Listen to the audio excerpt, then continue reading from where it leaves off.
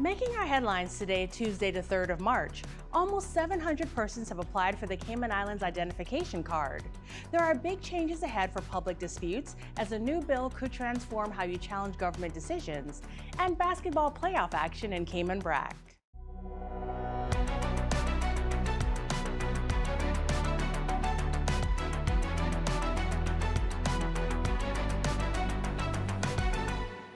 Good evening and welcome to CIGtv News, your official source for the latest and most accurate government information. I'm Kafara Augustin. Since the introduction of the Cayman Islands identification card in January, over 1,100 have expressed their interest in the card and close to 700 persons have already applied for the card. CIGtv spoke with Mr. Ian Tibbetts about the digital ID, during which she addressed one of the common misconceptions around the card. Now that we are, emphasizing the fact that we're focusing on your privacy through data minimization, that we are giving you visibility of your own data, the ability to share your data, and the ability to see who's accessed your data, it causes people to really focus in. And the common misconception that comes along with that is, oh, well, when I say my data, I think of all of my data, not just the basic identity data that we're involved with the Cayman Islands identification card. So people tend to think, oh, my medical data, my financial data, my property ownership data, all of this.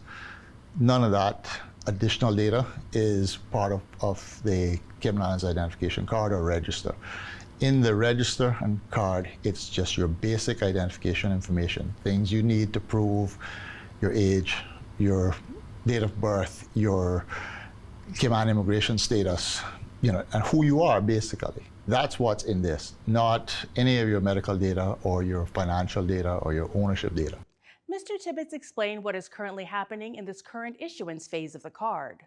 Right now, we're focusing on getting the card in the hands of Caymanians, right?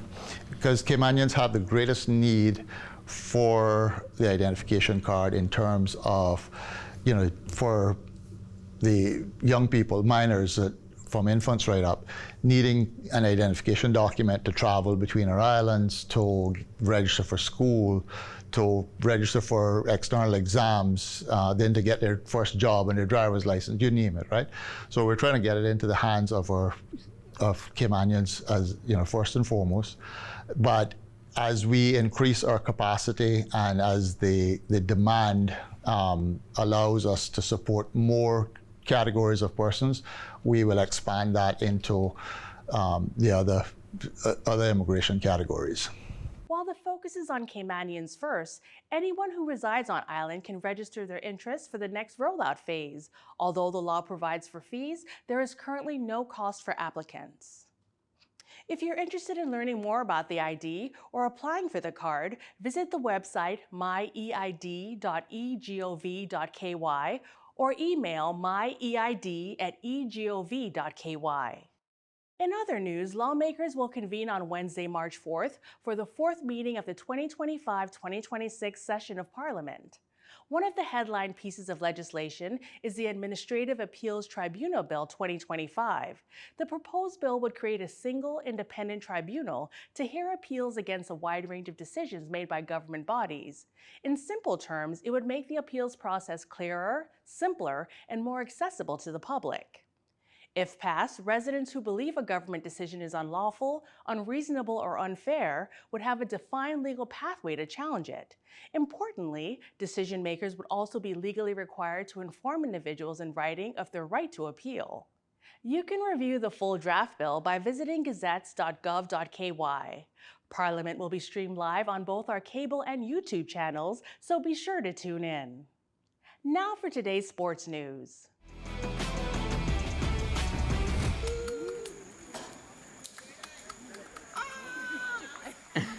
It's basketball playoffs in the Men's Sports Association basketball tournament in Cayman Brac.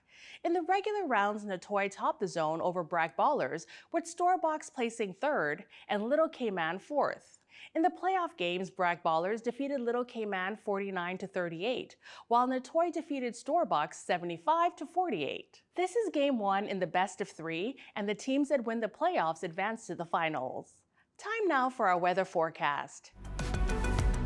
Moderate winds and seas are expected across the Northwest Caribbean through Wednesday, with a few sporadic showers as the ridge of high pressure dominates the weather pattern. Tonight, we can expect partly cloudy skies with a 30% chance of showers.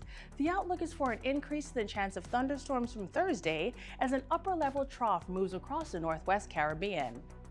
For local weather updates, be sure to visit the Cayman Islands National Weather Service website, that's weather.gov.ky, and follow their Facebook page for the most reliable coverage.